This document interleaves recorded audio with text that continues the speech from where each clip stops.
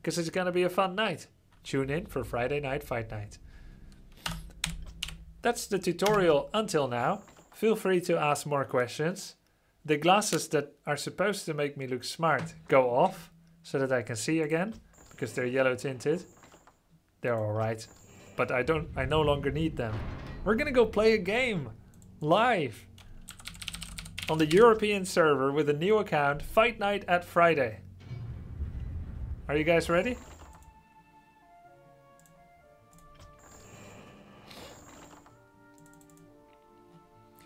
So, when you are a new Warcraft 3 player and you log in to the Battle.net, you can start what is called a ladder game.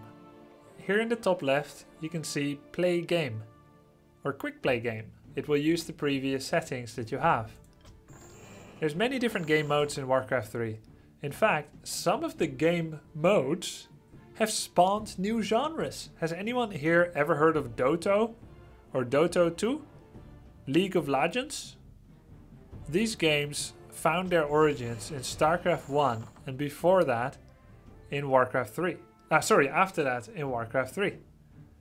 Heroes of the Storm itself is based off of a genre that was popularized in Warcraft 3 and it's called Dota. Dota was a custom map created in the map editor of Warcraft 3 and it became immensely popular, more popular even than Warcraft 3 Melee mode. But Warcraft 3 Melee mode perseveres for the appreciator, the aficionado nonetheless. Many of you here are here for Warcraft 3. So when you go to the custom game section up there, you can join a custom game and there's so many fun different game modes. Castle Fight, Enfos, Fight of Anime Season 3, Full Metal Alchemist, Farmer vs Hunter, Battle Royale, Sheep Tag, Stronghold, American Colonization, The War of Racists, and of course, I will show you some of my favorites as well.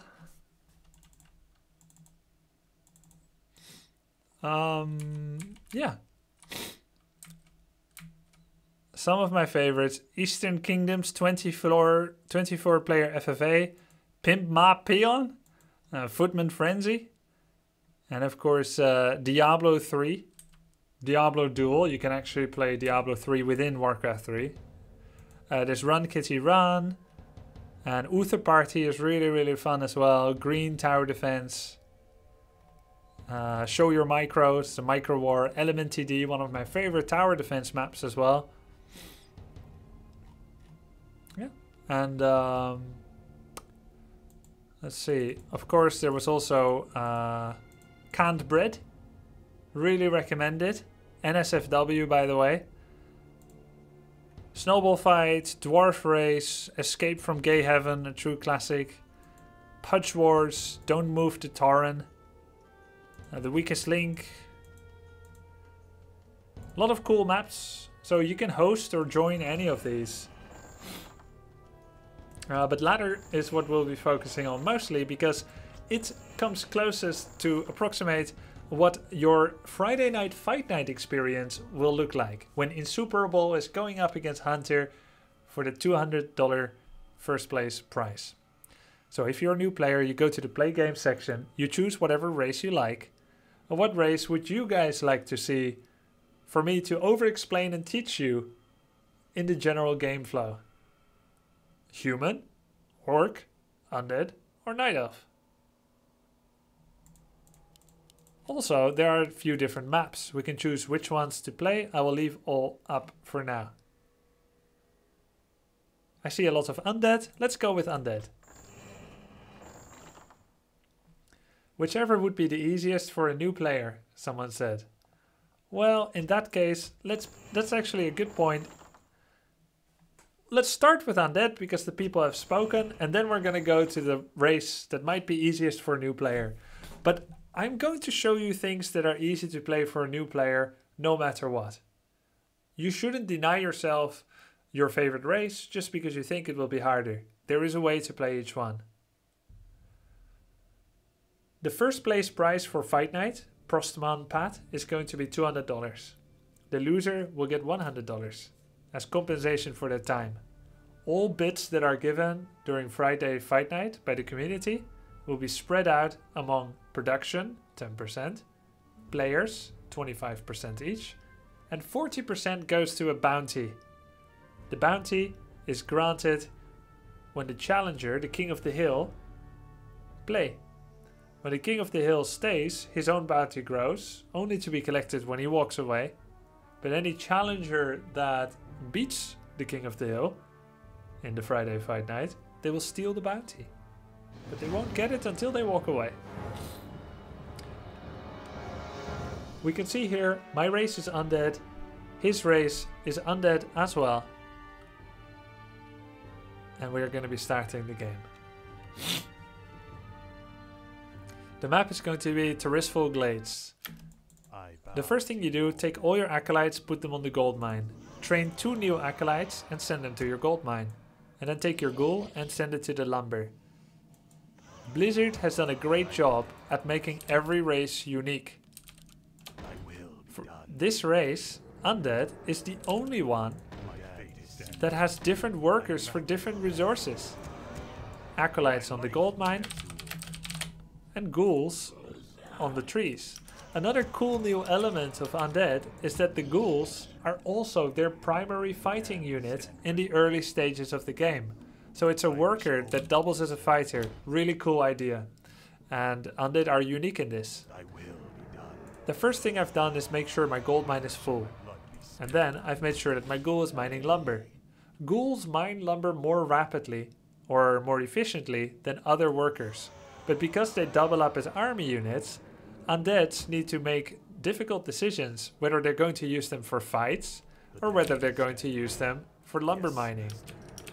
I have made a 6th acolyte. He can't mine gold any quicker, but this is because RTSs are games of imperfect information. Imperfect, but not none. Having no information is often deadly for the process of your gameplay. So it's good to make an extra worker and send it to the other side of the map. Now this is a 2-player map. You could see that when the game is starting, or you could know it because you're more familiar with the map. On 2-player maps, he's going to be on the opposite side, right here at the bottom right. I'm going to send my worker over there to see what I can see. He was an undead. I want to see if he's going to which unit first. If his graveyard is finished, he is most likely going to be producing Crypt Fiends, an early ranged unit. They require a different approach than ghouls. However, he has no graveyard.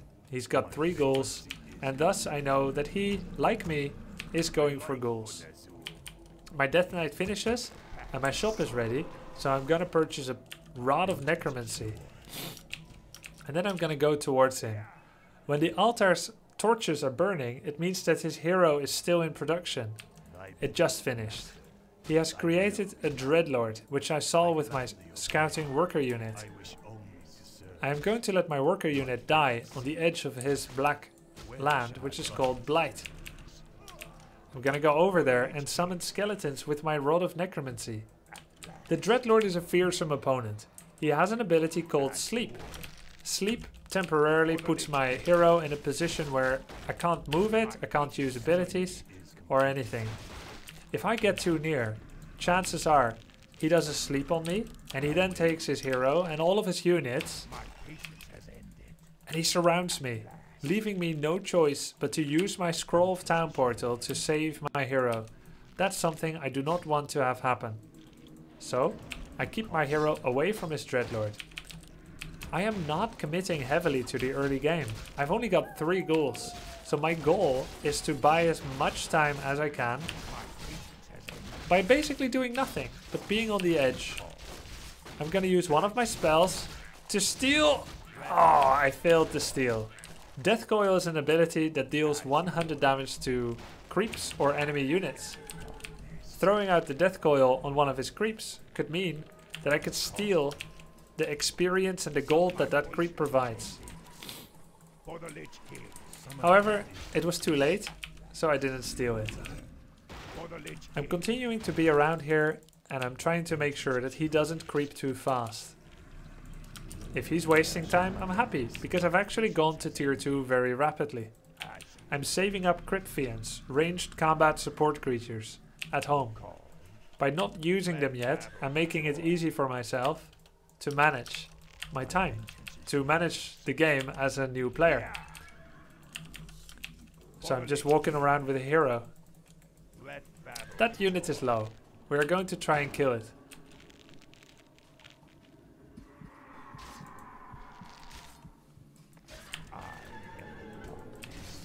He has done the surround. I now need to make a decision to lose my hero, free myself, or use my town portal.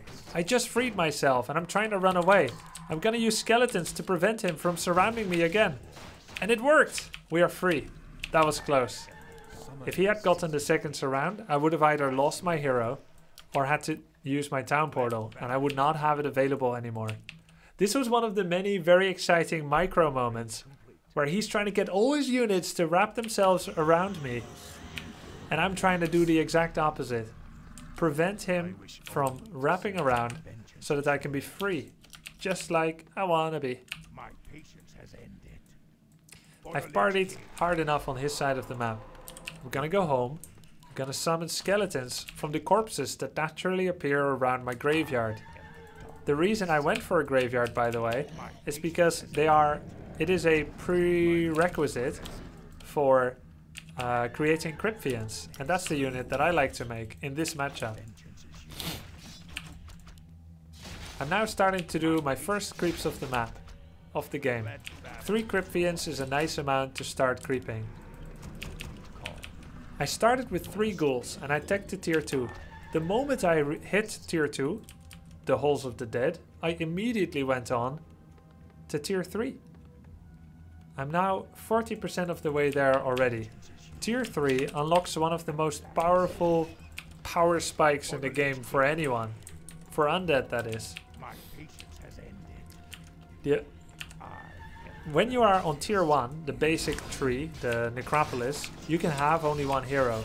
But when you go to tier 2, you can train a second hero. We are going to create Lich, the inspiration for the Heroes of the Storm hero, Kel'Thuzad. Soon, in a minute, we'll have a second hero and we'll have more different abilities to choose from in fights. Or use them all. How to creep is an art in and of itself. If you look at the minimap at the bottom left, you see green circles, you see orange circles and red circles. Green generally means easy. Orange means medium to slightly hard. And red means extremely difficult.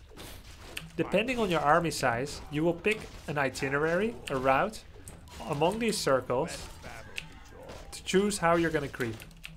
Generally when a game starts, you can only creep green camps.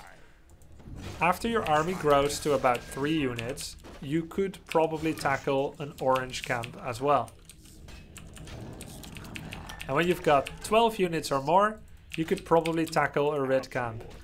Though it does of course matter how you do it. If you enjoy single player games, like Dark Souls or whatever, you will be familiar with the joy that there is in trying to get better at beating the AI, at beating creep AI. And so it is in Warcraft 3 as well. Although you're technically fighting your opponent, I need a bit of water. Although you're technically fighting your opponent, you're also always finding ways to creep most efficiently. Which means taking the least possible damage while dealing the most possible damage to them. You want to creep fast and be healthy while you do it. I took a lot of damage while creeping, and so when he came in, he saw a chance to exacerbate that damage with a Carrion Swarm, one of his abilities. I took a lot of damage, so I used Coil to heal my own units and ran away. I'm going to stand in my base for a while. Undead units get bonus regeneration when they're standing on the black ground, which is called Blight. So if you look at the Crypt Fiend here, 436, 37, 38, 40, not not bad healing. In a minute I should be fully healed. Generally it's not a good idea to stand still for long periods of time, because there's always something you could be doing on the map. But we are hurt and we are waiting for one of our most advanced units in our entire arsenal. The Frostworm. It is created from the Boneyard and it has many prerequisites. You need a sacrificial pit and you need to be on tier 3. And then it costs 7 food. It is the single most expensive unit in the game. 385 gold, 120 lumber, 7 food, even more than a hero. However, it's a flying heavy assault creature and it slows enemies. We are making 2 frostworms at a time, and we've also made use of our sacrificial pit by taking an acolyte from our black citadel. We trained a new one and we moved it to the pit. It was sacrificed and it became a shade. I shall be your eyes. What needs revealing? I shall be your eyes. I'm but a shadow of my former self. It's funny because he's a shade. What I do in death echoes eternity. Death is its own reward. I'm having a mid-death crisis. I ain't got nobody. He doesn't have a body because he's just a shade. I'm invisible, gaseous, and deadly. What needs? He's not actually invincible. So you can use the shade. The shade is invisible. So opponents can't see him unless they have true sight. And he himself has true sight, so he can spot invisibles. We're going to use it to see where the opponent may be. We can also send it to gold mines to see if they have an expansion. This particular player does. So we're going to take our very strong frostworms and we're going to go attack. We can't maintain this situation where he has a second base and I do not. So I have to attack, or maybe I will fall behind and his army will be too big. I right click the spirit tower to try and take it down. The towers are starting to hit my death knight. Uh-oh, his acolytes are repairing the tower. Let's kill the acolytes first with a frost nova from my lich. It deals area of effect damage, more to the primary target, and slows as well. Alright, we've made the acolytes run away. Let's kill the tower again. And let's use Death Coil to heal our Frostworm, who is starting to take a lot of damage. And we're going to use our Shade to check around here. I'm holding Shift, and then I'm giving multiple commands. You see the rally points, the flags? I'm going to use a Potion of Invulnerability to keep my Death Knight safe. When you hold down Shift, you can give multiple commands. For example, I right click this ghoul, then I hold down Shift, and then this, and then this, and then this one, and then this one. And it's gonna do all that in a row. Of course you can give new commands. I'm gonna use Scroll of the Beast, bonus damage for all my units for 45 seconds. Frost Nova on the Dreadlord, he's running away and we take down the Dreadlord. He even did a Carrion Swarm, panicked as he was running away in the wrong direction. We just finished upgrading Freezing Breath. Frostworms can now lock down enemy buildings. This prevents them from shooting back. It's a very powerful ability. My Lich just leveled up and I went for Frost Nova level 2 and Dark Ritual, which is an ability to instantly kill one of my own units, but I gain mana for it. When I'm in a pinch and I need a Frost Nova instantly, I may just sacrifice a Crypt Fiend to increase my mana total. He's remaking the Dreadlord he lost from this altar, but because of my Freezing Breath ability, I can lock down his altar. His production is effectively frozen now. And what's more, he can't even cancel it even if he wanted to. Besides retraining your hero that dies from an altar, you can also repurchase them from the tavern. Just like in Dota, you have Buyback.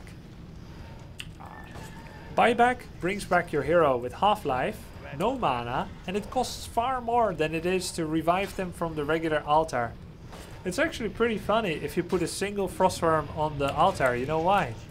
Not only can the altar not bring them back, but he can't even cancel the hero that he's remaking from it. So even if he wanted to pay the extra premium to revive it from the tavern, he wouldn't be able to because it's still in production in the altar with no cancel possibilities. So he would first need to deal with the Lich, and then he could deal with trying to remake the Dreadlord from somewhere else again. A question from C-Dub in the chat is, do you also regenerate on enemy blight? Yes. Blight is blight, whoever made it. Mass Frostworms is very powerful in team play. It's not as common in one-on-one, but it suited the occasion well for me to explain you the game here. GG, we won, and as you can see, all buildings are not destroyed, but he knows it's over, so he taps out. First win.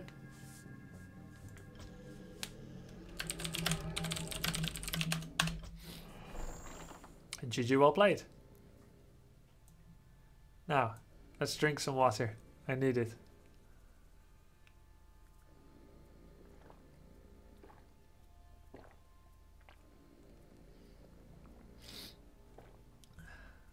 Any questions so far?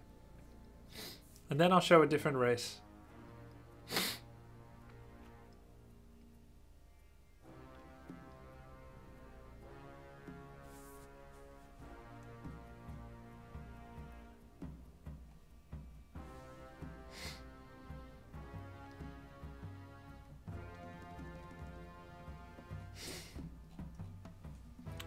What is Flex Seal?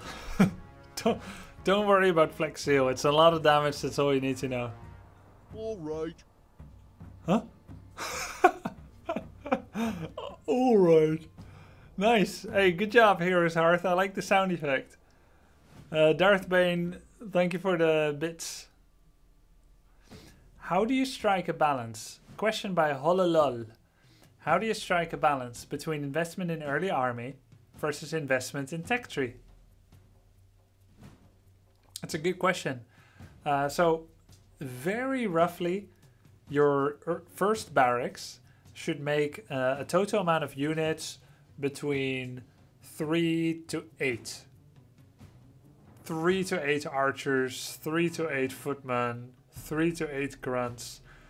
The more costly they are, maybe the fewer. You want to invest maybe about 8 to 14 food in early units. And then you're going to develop other units as well. Is it a good choice to create necromancers with spamming skeletons? It's a very powerful tactic, but it comes online really late. So during that time, it may be tough for you to be on the map. If you meet someone and there's a creep camp and you want it and he wants it and you're working on necromancers, but he's got like all these riflemen, you're not ready yet. So you give the creep camp to him, and that is what is called map control. He has control of the map because he invested in early units. Necromancers are one of the most powerful units in the game, but we virtually never see them in pro play because they take so long to come online. However, you're not a pro. No one here is. Maybe one person. So I actually think necros are really great. I played them on ladder myself. Now, of course, I was a pro for 7 years and I didn't play undeads, and I certainly didn't play any necromancers. And I never faced necromancers either. But they did get a few buffs in a recent patch last year. And ladder is ladder. Tournaments are tournaments, but ladder is ladder. And I'm finding actually when I play undead these days, they're really good. And people don't know how to counter them sometimes because they don't really face it often. The Sword with the question, is it best to build a couple of all possible units from a race? Or should you have a balanced army? 2 to 3 units mixed between melee ranged casters. Orc generally mixes a lot. Night Elf spams more. Human does a good amount of mix as well, but also more spammage. And Undead also mixes. Yeah. Generally you do mix. It is rare to go 12 units of one type. You'll have 2 of this, 5 of that, 3 of that. It's more common. However, the more different units you make, the more difficult it gets to control them. So do mind that. If you're not ready to control 6 different units, you can keep it simpler for yourself. Raid Boss Nusu says, what is cheese in Warcraft 3? When a player... Is it when a player from the Netherlands has an original strategy? Damn it, man. Cheese is actually kind of uncommon. Genome said, you claimed earlier to strategically place your early orc burrows. What strategy were you referring to? Well, orc burrows have a range of 700. If they are in a group and they can defend each other, that makes them stronger. But if they're all by themselves and they can't defend each other, then any opponent will ever be fighting only one at the same time, which is much easier for them. So grouping them is good, but you also want coverage to defend various parts of your base.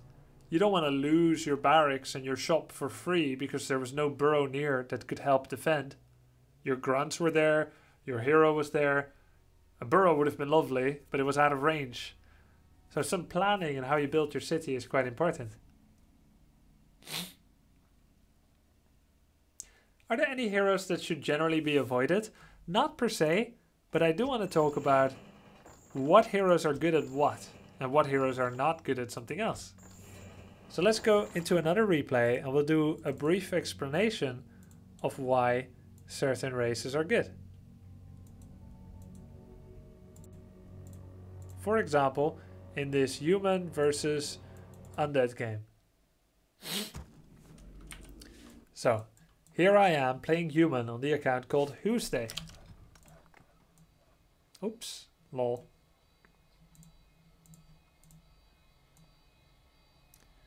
Okay, so someone asked about heroes, right? Are there any heroes that are totally bad?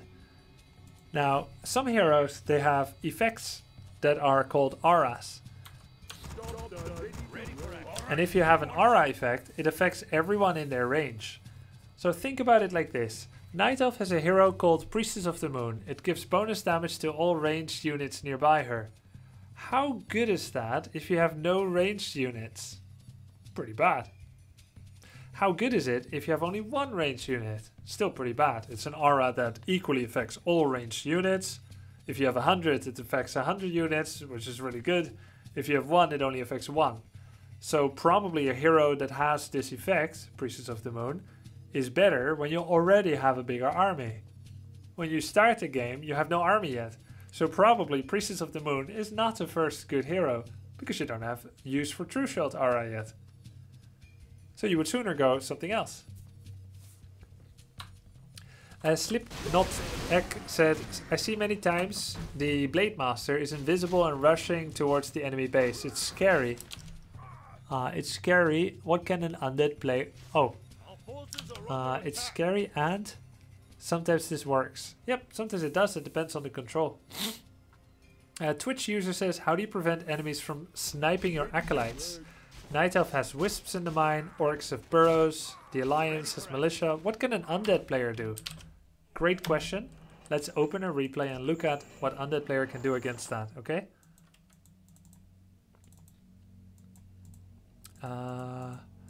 For example, in this replay, we see pro player Night End. No, different one. Hold on. I need a different replay. Let's see, I need to be orc. And I need to be against an undead. Here.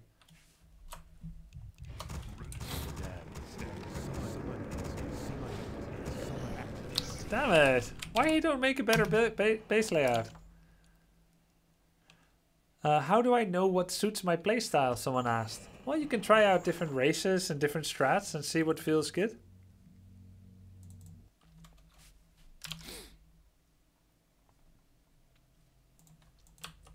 How do you handle orc versus orc and the opponent skipping grunts to go quick wind riders?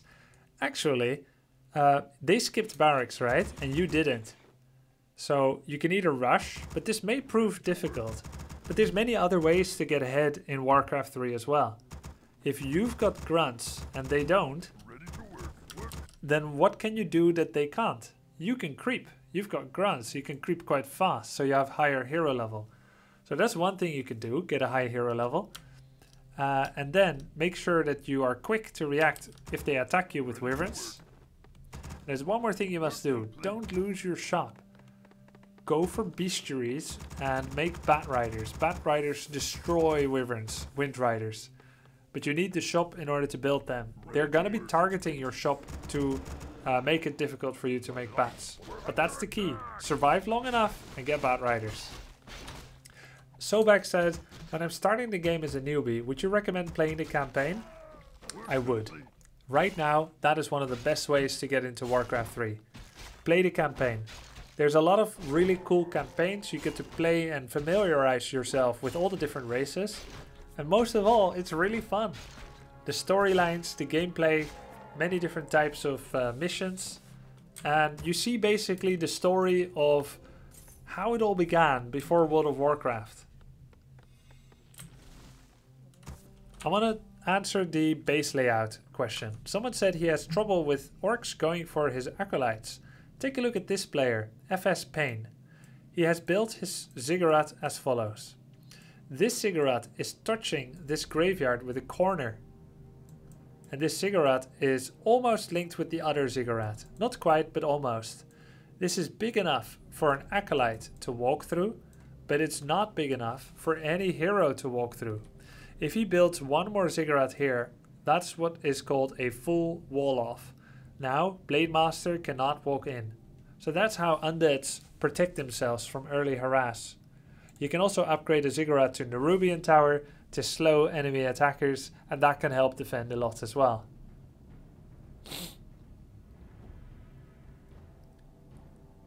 Another thing you should do is if there's a Blade Master at home, go home immediately. Use your death coil to save acolytes.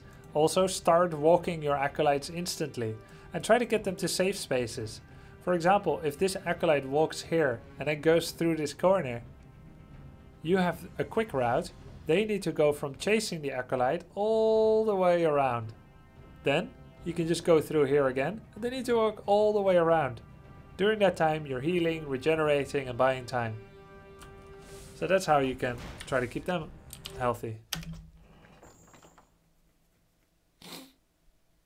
A really cool question by the Swoot, sorry.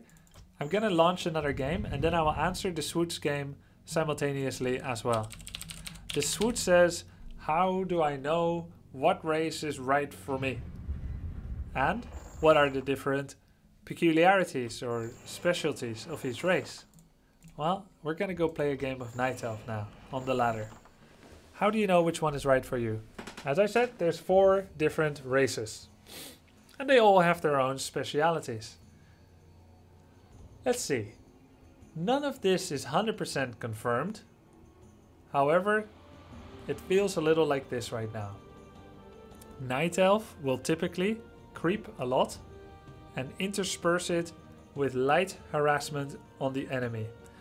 Generally, they try to take an expansion relatively early, defend it, and then simply outmass the opponent. Just have a lot of stuff. That's how Night Elves try to win their game. The reason they're good at creeping and simultaneously harassing is because of the existence of Moonwells. Moonwells can heal up units that are hurt. However, if you don't use them because you don't get any damage on your units, well then you're underutilizing an aspect of the race. You want to get damage so that you can use your Moonwells. It makes sense that for this reason, Night Elf is the skirmishing race, harassing and moving around quick on their feet. I'm gonna open with an altar of elders, starting with a hero. Undead is generally the one that tries to be efficient. Death Knight is their starting hero, more often than not.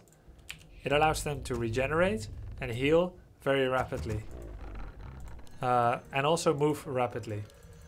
Undead has a lot of ways to heal themselves. For this reason, they tend to start fights, heal their own units, kill something and then run. Or maybe they'll keep fighting, but they'll keep healing their own stuff. And they try to be really efficient. Undead is the least economical race in the game. By that I mean, they take new expansions the least frequently among all races. But they make up for it in sheer fighting spirit and tenacity. Orcs. Orcs are the race probably with the strongest natural heroes. If you like heroes, you're gonna like Orc. Their units are slightly less strong, but their heroes more than make up for it. Typically, an Orc's game plan will be to creep a lot, to survive attacks, and then when they're ready and their heroes come online, they try to finish the game. They have a few tricks up their sleeve to buy time, including fake attacks, running away with speed scroll, and so on and so forth. Humans, well, their racial identity changed recently. They used to be the one that expands the most often. But nowadays, human has all kinds of different playstyles. They can expand, they can go for big all-ins. What makes human special is that they can immediately attack.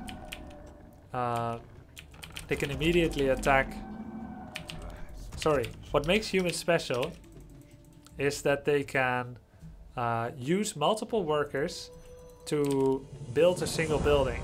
Thank you for subscribing, Darth Bane. They can use multiple workers to build one building. This gives them a great amount of flexibility.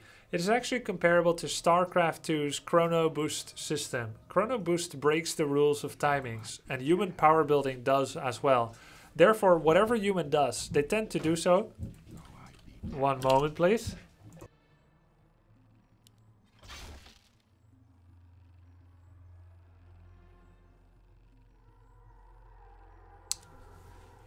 Yeah, I think my dog ate some grass, and this is the result of it. I will be back in 1 minute. Good boy, Logan.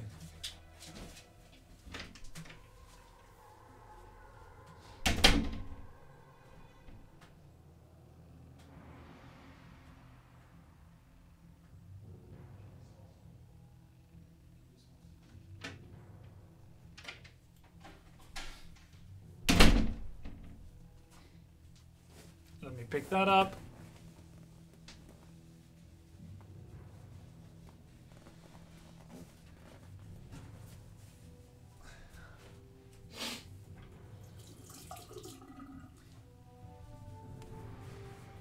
He's being taken care of now. All right. Yes.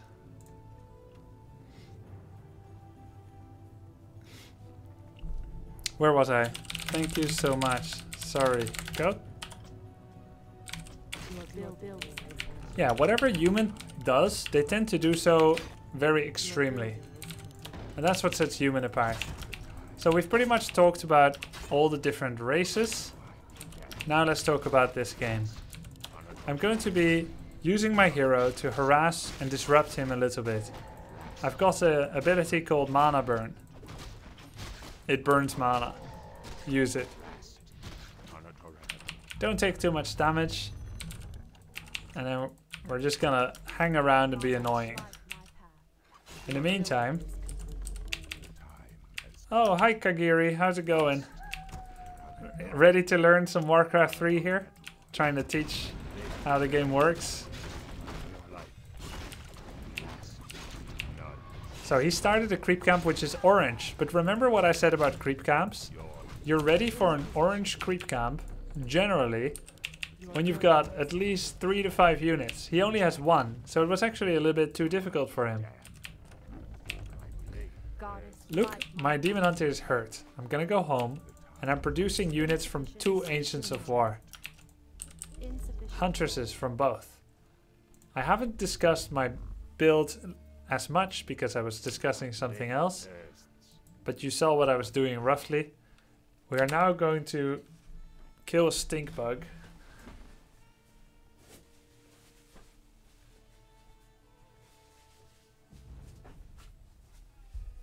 There's a lot going on here. I can never get used to the multitasking. Right. Yeah, multitasking is definitely difficult. That's why I'm keeping these games kind of simple.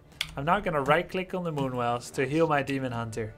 And I'm going to show you a cheese. We take all of our units and 4 wisps. We are going up to the maximum of our current food capacity. Huntresses cost 3 food. We have no more space for more. We're gonna sell our town portal, giving 175 gold. There's no way back now. We are what is called all in. And now we cannot make any huntresses anymore. Look. Create more moon wells, but we are not going to. We have a surplus gold now, but we are actually going to build defensive towers called Ancient Protectors in his base. Hotkey B to create building, P to choose a protector.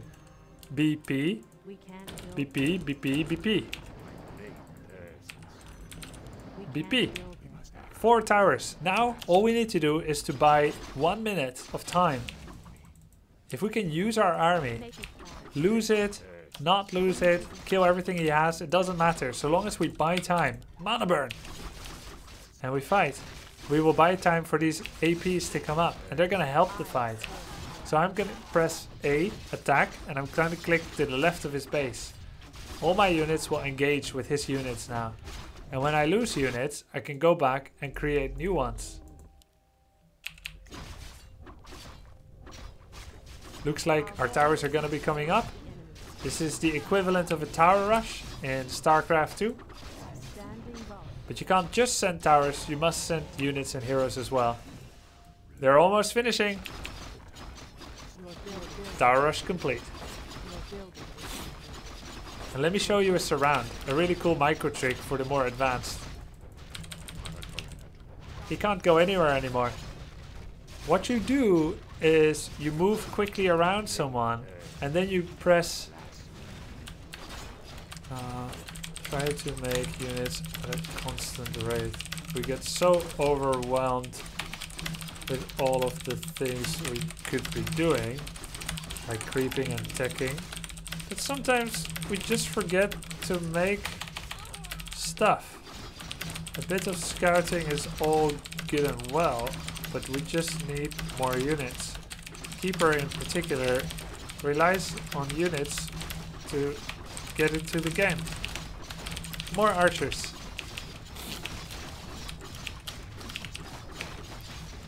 We're gonna uproot our trees here, our ancient protectors. This is a unique racial trait for Night Elf. It can be good, but you need good position. Good position needs scouting, so you can get ready. If you don't want to scout, make mass hunts like I did. Lol. Yes. Just keep practicing.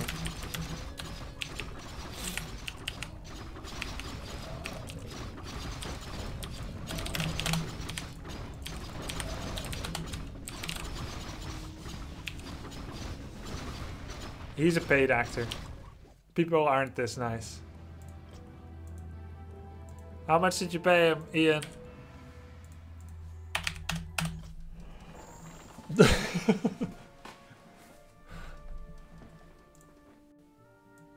GG. Oh, I should have told him to come to this channel. Damn it, I missed a sellout opportunity. We actually haven't talked about hotkeys or groupings that much yet, have we? It would actually be a good opportunity. Let's take a look at this game and I'll talk to you about control groups.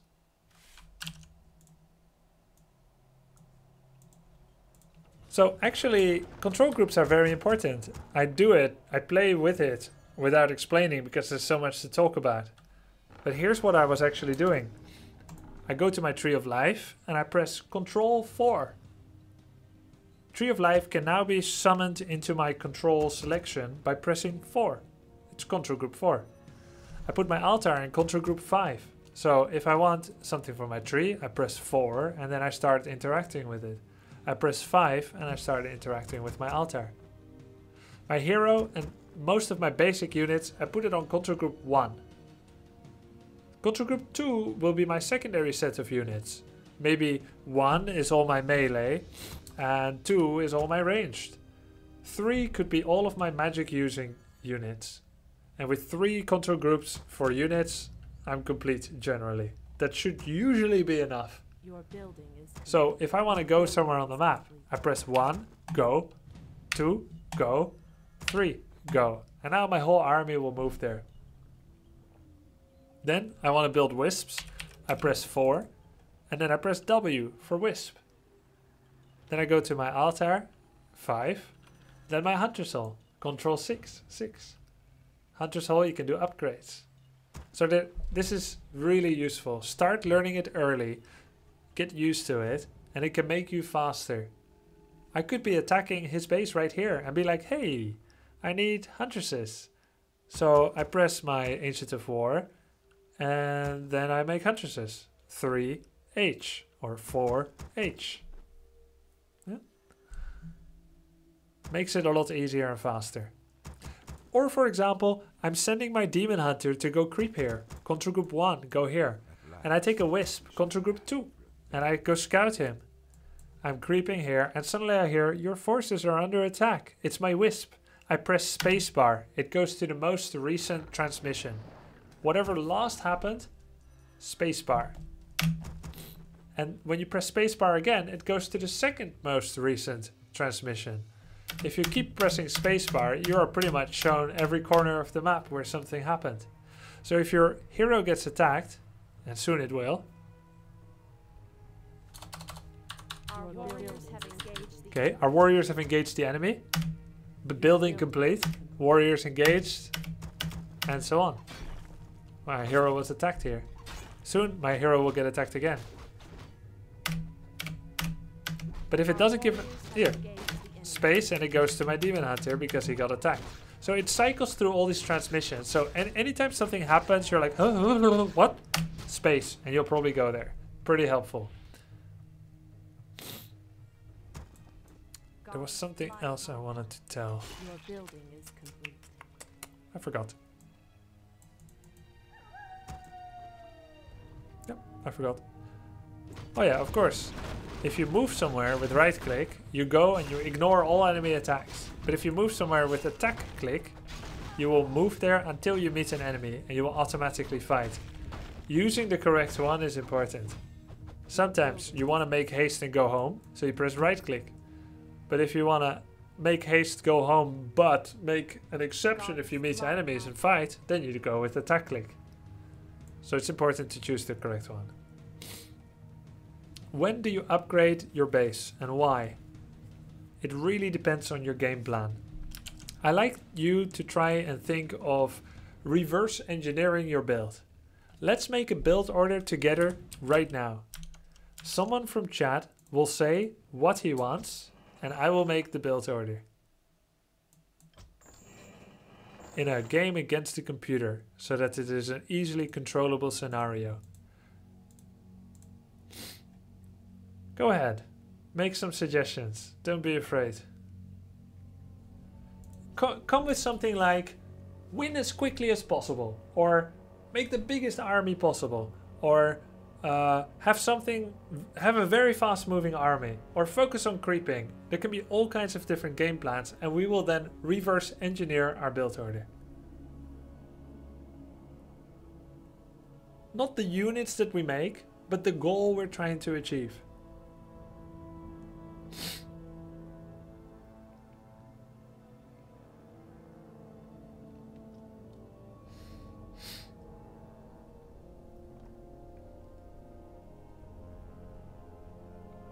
So a lot of suggestions here, some of them not amazing, but many of them cool. I'm trying to pick. So someone said, for instance, tier 1 mass, early overwhelming. So let's say if that was our plan, we would come up with a way to change the standard meta build into something that works better for that. So let's say, for instance, the standard is 5 peons on gold and 7 on lumber. We ask ourselves, why 7 on lumber? Well, we need lumber for our tier 2 tech and our raiders and kodos and wyverns. But wait a minute, Floss Twice Daily just said tier 1 mass, so we're not going to tier 2, we're not getting tier 2 buildings. So why do we need 7 workers? Okay, let's try it out. So we are actually going to send all 5 to gold, which maximizes our gold income. For this build, we are not doing any creeping. We're not going to tier 2.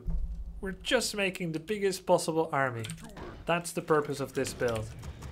And we're taking this goal to show you how we create build orders. I'm saying I'm gonna not creep and I'm not gonna go tier 2. What is the best I can do within that space? So I'm optimizing guild mining instantly.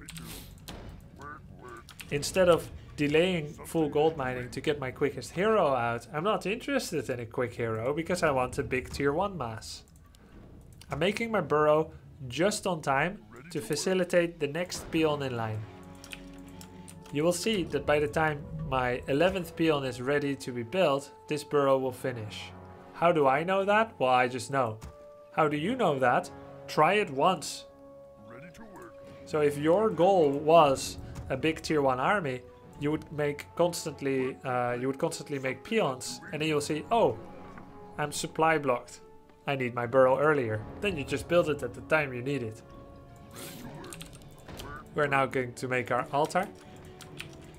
So the war mill takes slightly longer than the barracks.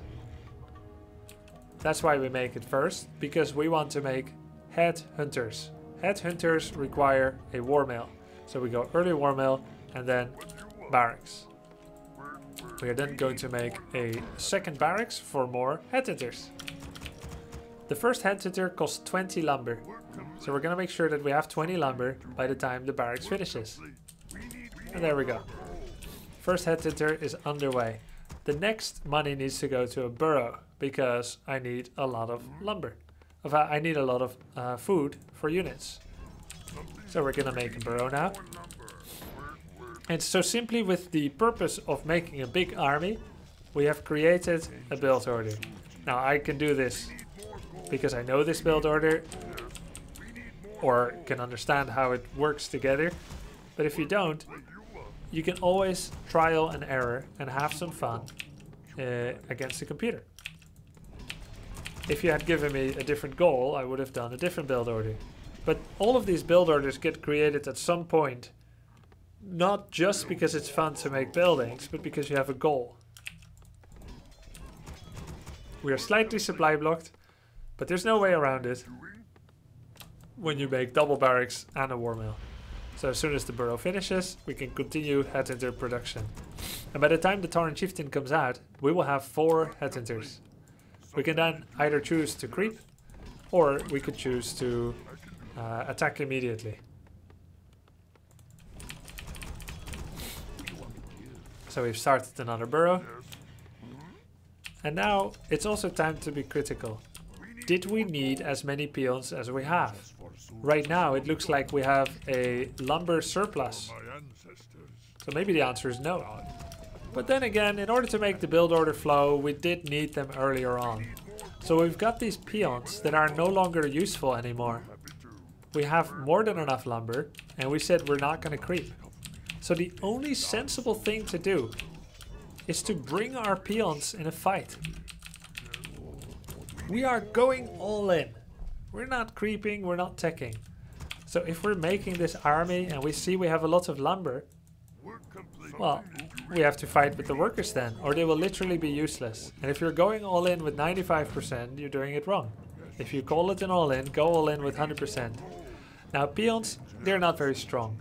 But having a few of them is still better than having nothing at all. They deal damage, they soak up damage, they block. So that's how you could make a build. And I've never done this before. I've never attacked with 4 peons. But because I'm explaining it to you, it actually becomes more and more logical to myself that if I were to do a head hunter peon attack, that's more sensible than not using peons.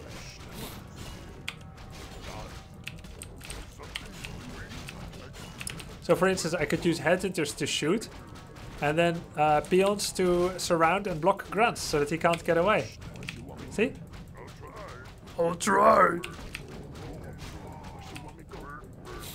Or maybe I see, hey, which one is the real Blade Master? The left one? Alright, let's surround him. Let's try to use the peons to surround him.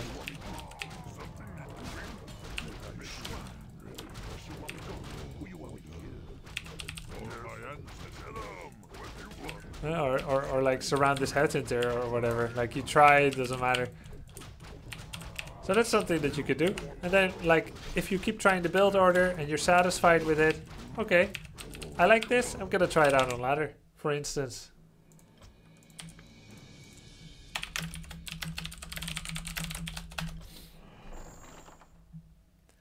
Just an idea, right? And it can be like that for everything. For instance, your game plan could be have the highest possible hero levels as quickly as possible from creeping. Then you come up with a way where creeping is very effective.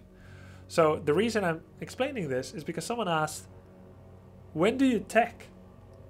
When do you tech? When do you upgrade your main base to tech? Well, whenever you want to. Whenever you think it's good to tech to tier 2 with the goals that you have. So if you don't like to make only grunts and headhunters, tech so that you can make other stuff. But don't just tech. If you're gonna tech fast, make sure that when it finishes, you've got something to do with it. If you tech and your tech finishes and you're not using it, you might as well not have teched. You could just take an expansion instead or make more units. Does that make sense? Like, I'm not talking about mistakes. You teched fast, you forgot to use it because you made a mistake. That's different. But if you really have no plan with your tech, then you didn't need to do it.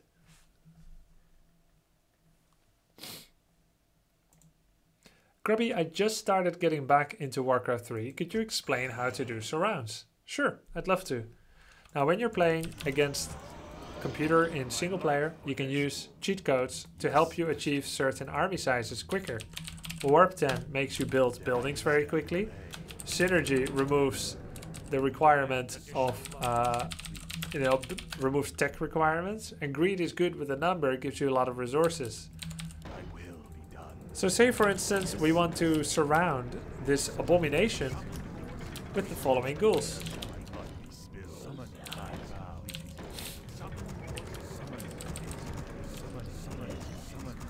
This abomination.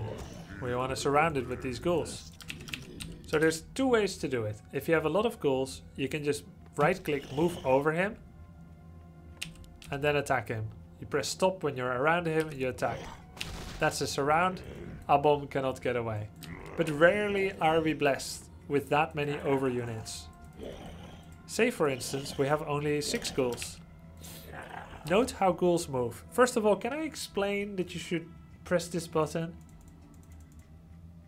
Every player that starts Warcraft 3 will have this button in a pyramid shape. I should have explained this first before anything else. This is called formations. You don't want to use it. No one wants to use it for any reason. It's like keyboard turning in World of Warcraft. It's like playing Counter-Strike on a Sega. You don't want to use formation. Let me explain you first why. I've got one ghoul on the left and I've got one ghoul on the right.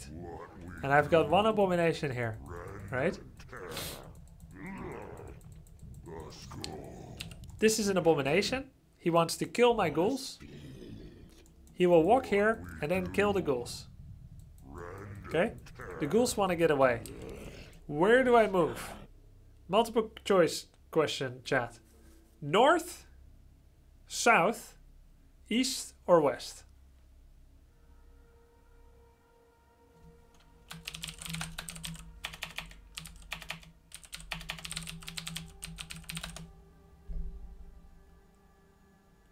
North is incorrect. South. Okay. So we're gonna click south here. How do you think the units will behave? Will they walk in a diagonal line? For example, if I take one ghoul and I click here, he will walk diagonally down. He will listen exactly where I click. I click south, he goes south. That's how I want my unit to behave. When I have 2 units in a group, they are expected to make a formation first. I need a different unit, sorry. Let's make a crypt fiend. It needs to be different units. Okay. When I move the crypt fiend down, he goes down. When these units move down together, Note the speed of the ghouls, first of all. Now, for instance, let's say I want to get away from the Abom. The Abom wants to kill the Cryptfiend. And the Cryptfiend wants to get away. This is his movement speed. This is the ghoul's movement speed. The Abom wants to kill the Fiend. I move down. Damn it, why is it not working? Okay, look, did you see that? Cryptfiend stands still when turning. Stand still. Why? Because he's going in formation. I move down. Cryptfiend waits, turns. You ghouls go first. And then I go. While this looks cool and means you always have your melee in front, if it was my utmost goal to get away from this abomination, I just failed. Did you see that? Make your choice. I need to get away from the Abom. Let's first turn. So that's a problem.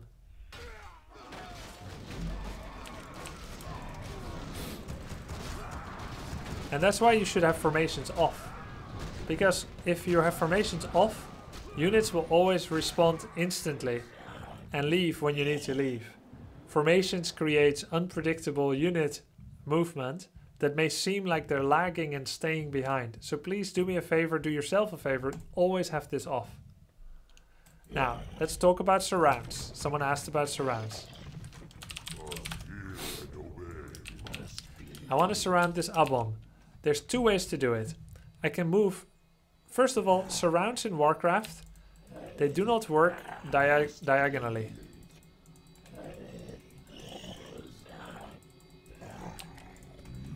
The Abom is free to leave, even when I squeeze diagonally around him. Maybe if this ghoul is slightly closer. No. Diagonal surrounds for the loose. However, north, east, south, west surrounds are much better. So understand this about Warcraft. The key to surrounds is north, east, south, west, not diagonal. That's tip number one. Secondly, there's two ways to surround. I can pin him in place and quickly do this. Move everything around him roughly. Like I can aim one ghoul here and one here and one here and one here. That's a surround, but it takes kind of long. And mostly people won't be standing still for it. So generally, how you try to surround, especially a moving target, is by spamming the move command. Now move command is on the hotkey M. If I right click once on the crypt, all the ghouls will go to it, right? If I right click once on this Cryptfiend, the ghouls will go to it, but they stay at a respectful distance, you see? This is called the follow command. Right clicking on one of your own units has the other units follow. Sorry, I need to deal with the opponent again. Luckily I have a cheat on that instantly blows up his units. So the follow command is pretty cool. You right click and they follow it. But note the distance that they follow at. If I want them to get closer, I must give another right click command. And then another. And another. And another. And another. And now they're as close as they can be. So generally you will need a number of right click commands to get nearer to an opponent. Or yourself. So this is the key to a good surround that opponents cannot break free from. Now you cannot aggro your own units. Or at least you won't do so automatically. You can if you want. But it won't happen automatically. However, a right click on an enemy unit is aggro. You don't want to aggro them while surrounding. Your goal isn't to get damage in, but to create a prison they cannot break free from. So your goal is to use M. Right click is attack on enemy, follow on an ally, but M is always follow. Always move without fighting. That's why we use the M key. You can rebind this using the custom keys text file. In Reforged it will be easier.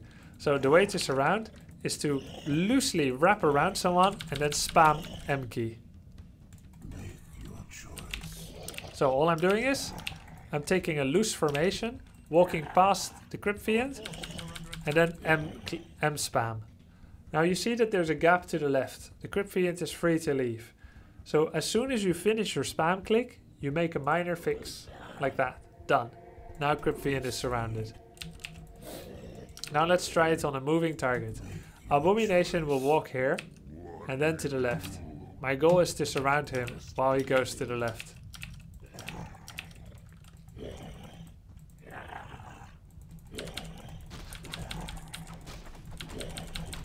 Done. Once you're done, you press hold, and it's done. So that's how you surround. Just spam M-click.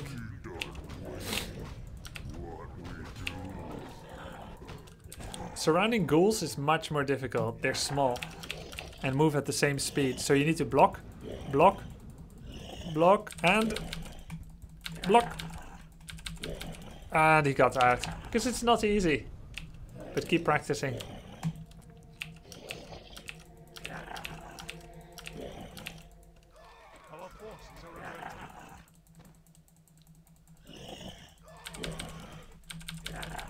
Got him.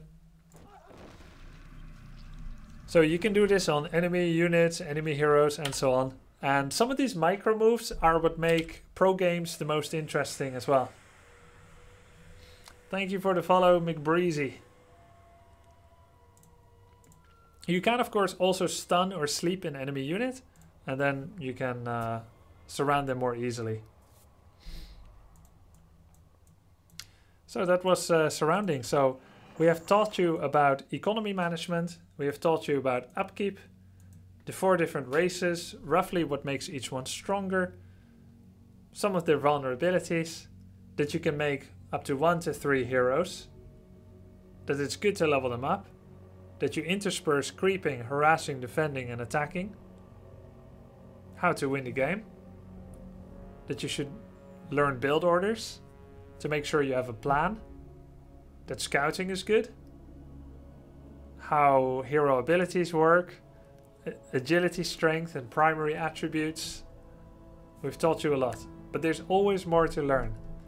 Just the other day, a viewer with the name of Bogdanov taught me, it was yesterday actually, for the first time that I know, even though I should know everything about Warcraft 3 because I was a tournament player for 7 years.